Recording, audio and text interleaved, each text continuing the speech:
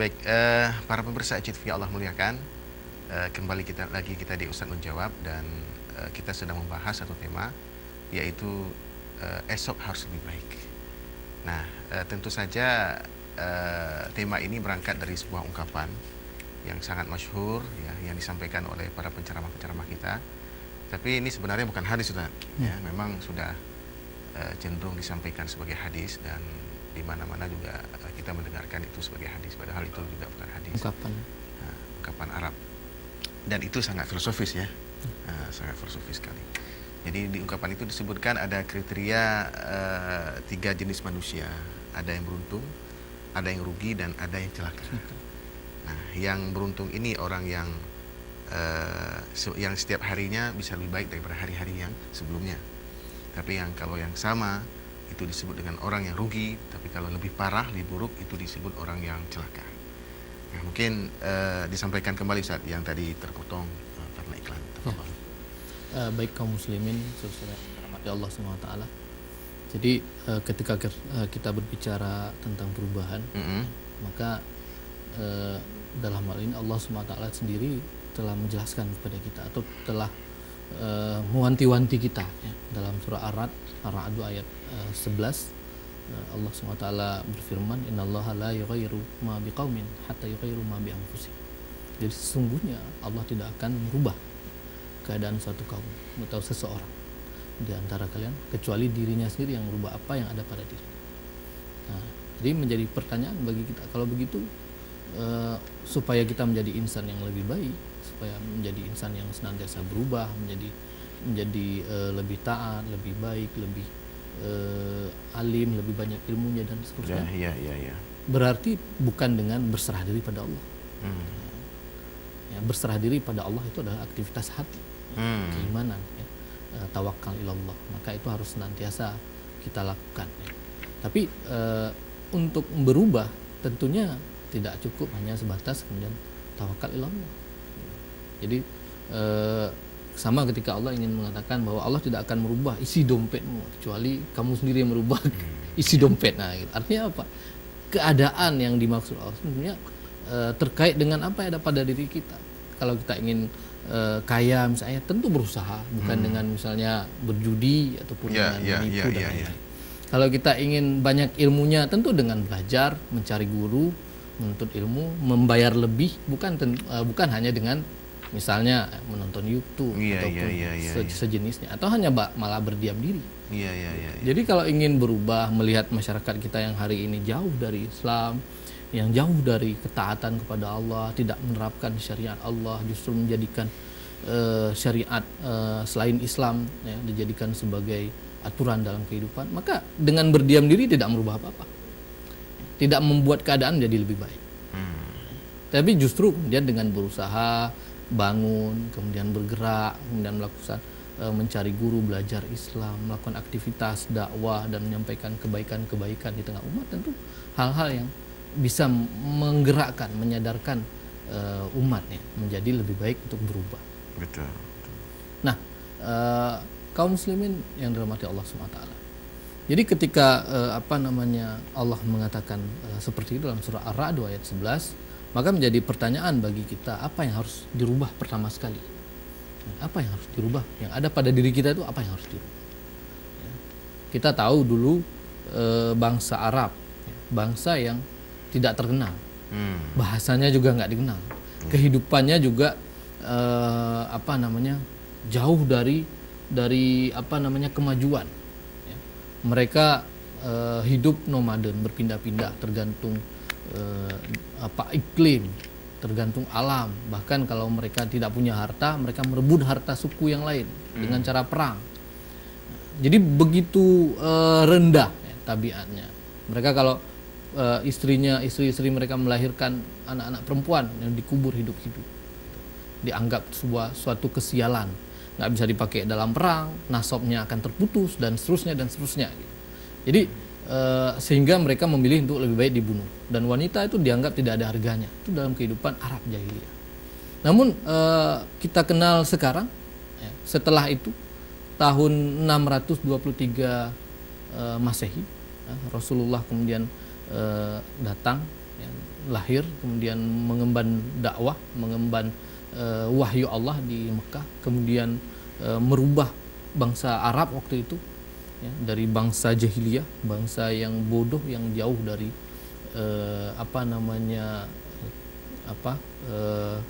pencerahan cahaya, menjadi bangsa yang kemudian dikenal, menjadi bangsa yang dikagumi, bahasanya menjadi bahasa dunia, bahasa internasional, bahasa Arab. Bahkan sampai kita hari ini pun belajar bahasa Arab. Betul sekali. Di Indonesia. Ya, padahal berapa jauh itu, berapa ribu kilometer jaraknya. Dan saat itu juga Islam tersebar di seluruh dunia yang awalnya diemban oleh bangsa Arab. Nah, satu hal yang kemudian Rasulullah lakukan di situ, yakni Rasulullah berhasil kemudian merubah mafahim, pemahaman bangsa Arab yang waktu itu rendah, waktu itu jahil, waktu itu bodoh, kemudian menjadi bangsa yang luhur, tabiatnya kemudian mulia, menjadi bangsa yang senantiasa membela Islam sampai titik darah penghabisan. Kalau sebelumnya membela kekufuran, mati-matian, tapi kemudian setelah kemudian mendapatkan cahaya Islam, kemudian mereka menjadi pembela Islam yang terpercaya, bahkan mereka menghabiskan diri, menghabiskan waktu, tenaga, bahkan hidupnya untuk Islam. Ya. Bahkan para sahabat berlomba-lomba. Kaum muslimin waktu itu ketika diumumkan akan pergi berjihad, mereka datang berlomba-lomba, itu seperti orang datang kondangan, gitu. Berebut-rebutan, gitu. Jadi begitu cintanya mereka. Ma wa'adanallahu wa rasuluh, itu bahasanya. Betul. Inilah yang Allah janjikan dan Rasul janjikan, ya. Dan mereka mendapatkan itu. Mereka mendapatkan kemuliaan dari Allah, dari Rasulullah. Dan dipuji-puji di dalam Al-Quran. Di dalam banyak ayat Allah SWT memuji orang-orang mulia, ya, orang-orang Arab yang waktu itu menjadi pembela Islam. Nah, sekarang pertanyaannya, ketika kita berbicara perubahan supaya menjadi lebih baik, menjadi lebih mulia, lebih taat, maka siapa yang paling pantas kita contoh? Ya tentu orang yang udah dijamin oleh Allah tempatnya yang tertinggi di surganya Allah, yakni para Rasulullah dan para sahabat, ya, para nabi, para rasul dan para sahabat, ya, para siddiqin. Ya. Oleh karena itu para pemirsa yang dirahmati Allah SWT, momentum Syawal ini, momentum perubahan ini, ketika kita kemudian kesulitan menentukan arah seperti apa yang harus saya harus berubah seperti apa.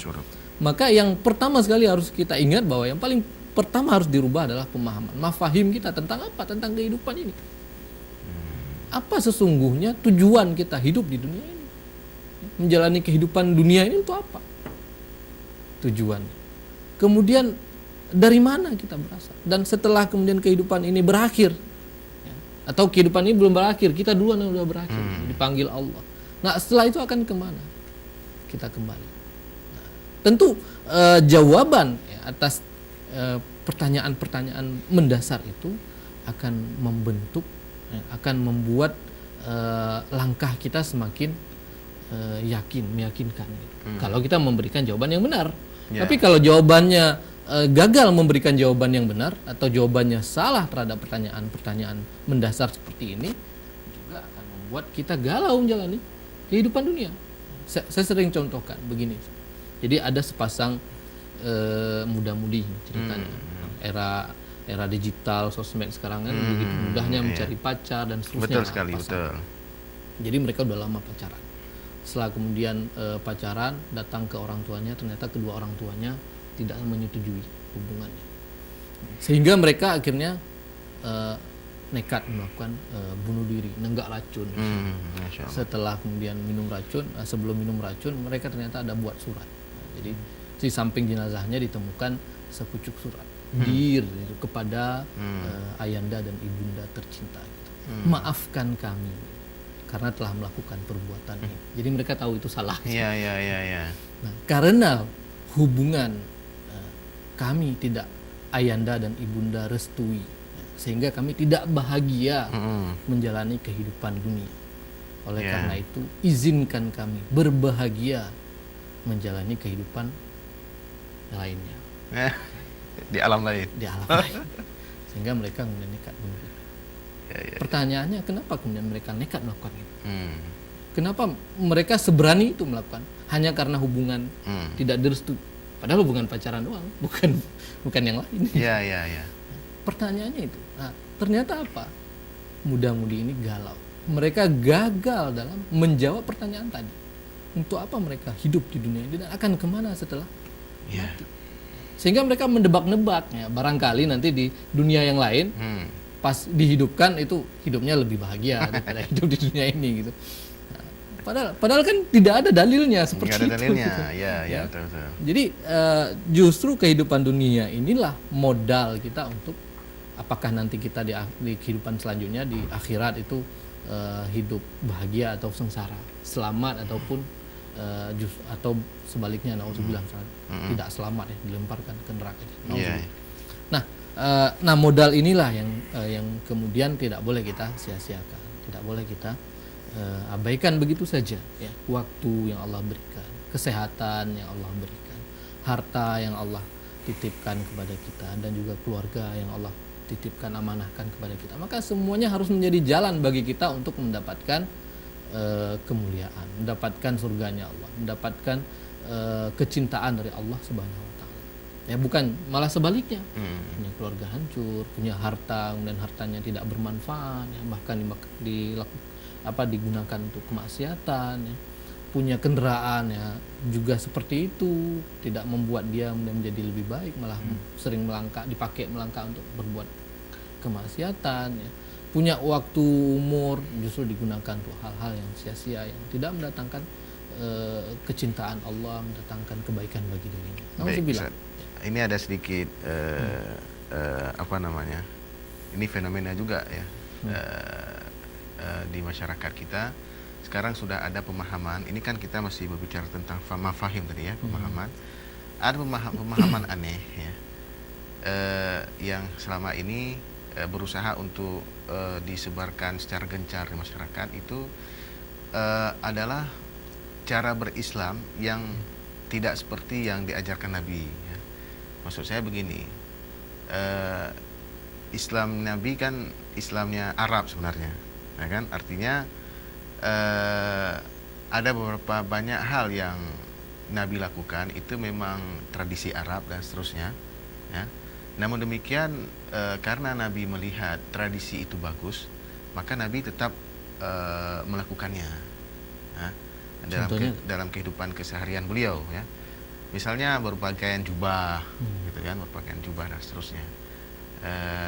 Dan namun belakangan ini kita sering mendengarkan hujatan-hujatan dari orang-orang kita sendiri, orang Indonesia, tentang cara beragama model Arab begitu, ya, yang berjubah, ya, yang mungkin cara pakaian yang berbeda dengan khas Indonesia, ya. Itu kan mereka maunya batik, jilbab diganti kebaya gitu. Ya, seperti itu. Dan ini anehnya, ya, anehnya kalau orang yang berbeda agama dengan kita sendiri itu tidak pernah menghujat, ya kan? Cara beragamanya asal itu, misalnya kalau orang Hindu kita di Bali sesuai dengan ajaran agamanya. Nah, ajaran Hindu di Bali itu tidak pernah menghujat cara orang Hindu yang ada di India gitu kan, yang berbeda dengan dia, Protestan, yang Katolik dan seterusnya. Nah, ini bagaimana Ustaz menyikapi gencarnya pemahaman yang begini, Ustaz? Ya, menarik ini sebenarnya para pemirsa yang dirahmati Allah, karena memang akhir-akhir ini bahkan sebelum Ramadan kemarin ya. Jadi memang ajaran-ajaran Islam itu sebenarnya udah lama terjadi penyimpangan ataupun serangan terhadap ajaran-ajaran Islam itu udah lama terhadap jihad, bahkan terhadap Al-Quran sendiri ya. Ketika saya kecil itu tahun 90-an itu teori hermeneutik itu mulai digaungkan. Mungkin sebelum itu udah muncul gitu kan. Cara menerjemahkan Al-Quran tapi dengan disesuaikan dengan kekinian. Nah, jadi ayat-ayat, dalil-dalil yang dirasa tidak relevan lagi dengan kehidupan modern itu harus dibuang, nggak bisa pakai. Nah, itu udah dilakukan terutama oleh kaum orientalis, orang-orang yang memang dia dikirim oleh Barat untuk mempelajari Islam, bahkan sebagian besar itu menghafal Al-Quran, bisa berbahasa Arab, tapi tujuannya untuk menyerang ajaran-ajaran Islam. Betul. Akhir-akhir ini semakin gencar kita perhatikan, terutama di universitas ya, di kalangan akademisi. Jadi mereka dari kalangan tokoh agama juga, intelektual seperti itu ya, yang mereka kuliahnya di Arab, di Kairo, di mana. Betul. Ya, ya. Nah, jadi mereka menawarkan berbagai hal yang menurut mereka lebih cocok ya, dengan keindonesiaan dibanding Islam ya. Jadi seperti tadi Ustaz katakan, pakaian kan nggak perlu gamis ya. Itu identik Arab. Kalau jilbab identik Arab karena di sana kan panas. Coba dong pakai dengan gaya Indonesia, bajunya kebaya, kulitnya nampak kan kayak gitu, nggak perlu pakai kerudung, sanggul saja dan seterusnya gitu. Bahkan kemarin ada puisinya. Ada puisinya lagi, masya Allah. Ya. Itu jelas-jelas penistaan itu. Betul dan entah bagaimana kabarnya sekarang. Nah, yang akhir-akhir ini semakin gencar ya, mereka menyerang ajaran Islam, menyerang Al-Quran, menyerang hadis, bahkan menyerang ajaran seperti khilafah, menyerang azan itu kan luar biasa. Jadi mereka menganggap azan itu terlalu identik dengan Arab, karena dari awal azan sampai habis itu Arab semua. Jadi mereka mengusulkan supaya diganti dengan bahasa Indonesia. Azan kayak di Turki dulu ya, kayak di masa Kemal, sebelum apa nih sekarang presiden sekarang pasca runtuhnya khilafah ketika Mustafa Kemal sholat, kemudian mereka ini para ulamanya bicara bahwa lebih cocok itu sholat itu sesuai dengan visi keindonesiaan kita, karakter Indonesia, maka harus dirubah sholatnya. Alhamdulillah itu diganti dengan segala puji bagi Allah dan seterusnya, pakai bahasa Indonesia. Kemudian membaca Al-Quran pakai langgam Jawa, terus gitu mereka serang ya, seperti itu. Dan akhir-akhir ini kan ada nama Jamaah Islam Nusantara, JIN ya. JIN. Jadi sebenarnya keberadaan mereka justru untuk menyerang Islam. Jadi kata-kata Islamnya itu hanya untuk menarik audiens ya. Sebenarnya targetnya adalah memang untuk menyerang ajaran-ajaran Islam yang diajarkan oleh Rasulullah, dan juga bahkan mereka sampai menyerang Al-Quran. Yang sekarang bagaimana sikap kita ya? Bagaimana cara membentengi keluarga kita ya, diri kita supaya terhindar dari ajaran-ajaran liberal yang menyesatkan seperti ini.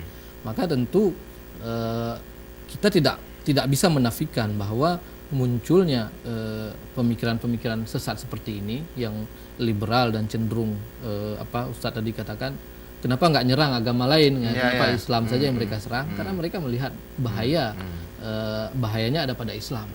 Kenapa? Karena Islam adalah agama rahmatan lil alamin yang mengatur seluruh aspek kehidupan. Jadi kalau agama lain, Hindu, Buddha dan seterusnya, mungkin tidak ada aturan tentang politik, tidak ada tentang pemerintahan, tidak ada aturan-aturan hukum, hudud, jinayah, dan tidak ada.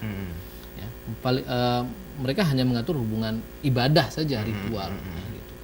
Cara ibadah, cara mendapatkan ampunan, ya, kalaupun ada, misalnya cara pernikahan menurut keyakinannya. Tapi lebih dari itu enggak ada.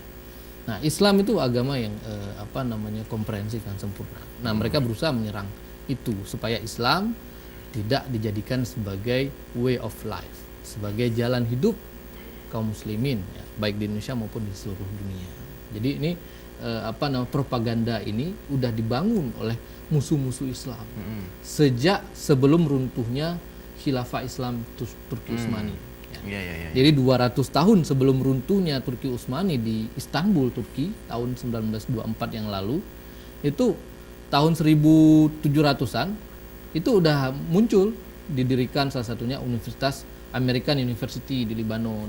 Ya, udah dibuat Universitas Amerika. Itu universitas yang tujuannya melahirkan orang-orang yang tadi ya, yang menyerang ajaran-ajaran Islam, yang kemudian melemahkan Islam secara pemikiran.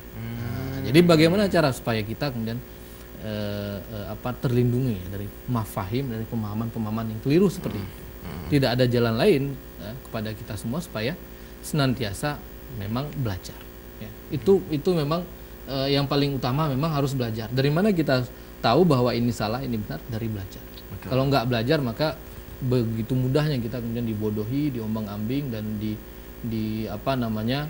diarah-arahkan, dijerumuskan. Kita nggak sadar kita sedang dijerumuskan kepada kemaksiatan ya, oleh musuh-musuh Islam, oleh musuh-musuh Allah yang mereka punya kaki tangan di negeri-negeri Muslim, ya.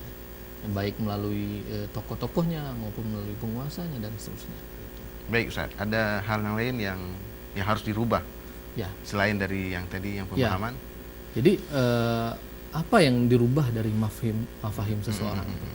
Ya, ini yang paling inti, yang paling utama untuk dirubah adalah akidahnya. Akidahnya. Ya. Okay. Jadi bagaimana kita kemudian beriman dengan iman yang benar. Beriman kepada Allah tapi iman yang benar dan produktif. Selama ini kan banyak orang beriman, ketika ditanya beriman kepada Allah, yakin pada Allah, yakin. Tapi apa efek dari keimanannya? Tidak ada. Ya paling-paling hanya untuk dirinya sendiri, pergi sholat. Ataupun kalau disuruh jamaah sekali-kali, atau setahun sekali pas Idul Fitri, Idul Adha, gitu. Nah, jadi padahal kaum muslimin di awal-awal Islam muncul, itu kan mereka orang-orang yang sebelumnya orang-orang yang tidak beragama Islam, kemudian jahiliyah, kemudian memeluk Islam. Tapi bagaimana dengan keyakinannya, akidah Islam yang mereka emban, itu menjadikan mereka orang-orang produktif, orang-orang yang senantiasa mempelajari Islam, memperjuangkan Islam, berjihad, berdakwah dan seterusnya. Gitu. Sehingga 23 tahun Rasulullah itu mengemban dakwah, kita bisa lihat bagaimana Abdullah bin Mas'ud yang di umur 12 tahun dia memeluk Islam ketika Rasulullah wafat. Dia waktu itu sudah parubaya. Jadi bagaimana keilmuannya, bagaimana ketaatannya, berapa banyak dia terlibat dalam jihad fisabilillah. Jadi orang yang berbeda, ya, Umar bin Khattab dan lain-lain para sahabat-sahabat mulia itu. Jadi menghasilkan keimanan yang produktif, membuat mereka produktif, membuat mereka kemudian memberikan karya terbaik untuk agama ini, untuk Islam. Nah, sekarang pertanyaannya, dengan keimanan yang sama, dengan akidah yang sama, apa yang sudah kita hasilkan untuk agama ini? Apa yang sudah kita berikan untuk Islam? Betul. Kalau dulu kaum muslimin membuat kacamata, membuat lensa, membuat dasar-dasar perhitungan astronomi, membuat peta dan seterusnya. Jadi mereka menghasilkan beragam karya yang itu berguna untuk generasi masa depan dan juga berguna untuk agamanya. Betul. Dengan ada ilmu astronomi, kemudian ditemukan ilmu geografi, kemudian dibuatlah peta, kemudian dunia pelayaran waktu itu berkembang pesat. Sehingga dakwah Islam bisa tersebar kemana-mana, termasuk ke kita, ke Nusantara kan melalui laut. Tidak ada dulu pesawat. Kalau darat nggak bisa dilewatin, laut begitu luas. Nah, mereka melewatinya dengan kapal. Nah, kapal itu kalau tidak ada penunjuk arahnya, bagaimana nyampe ke tujuan gitu. Jadi mereka betul-betul menghasilkan keimanannya itu iman yang produktif, iman yang membuat dirinya dan orang-orang sekitarnya itu kemudian memberikan apa saja untuk Islam. Bisa nggak disebut itu upaya-upaya revolusioner? Ya kurang lebih seperti itu. Jadi mereka contoh sering juga saya contohkan seperti Ibnu Al-Haisami. Ibnu Al-Haisami itu dia kan orang seingat saya orang Irak atau orang Spanyol.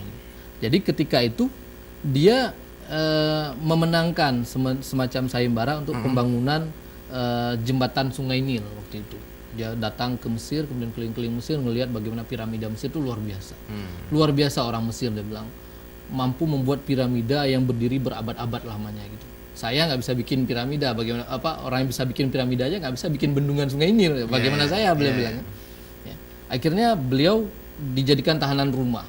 Marah gubernurnya, marah besar, dijadikan tahanan rumah. Apakah kemudian dia diam diri dan kemudian sepanjang hidupnya ibadah sampai mati? Enggak. Ternyata beliau di rumah berkarya.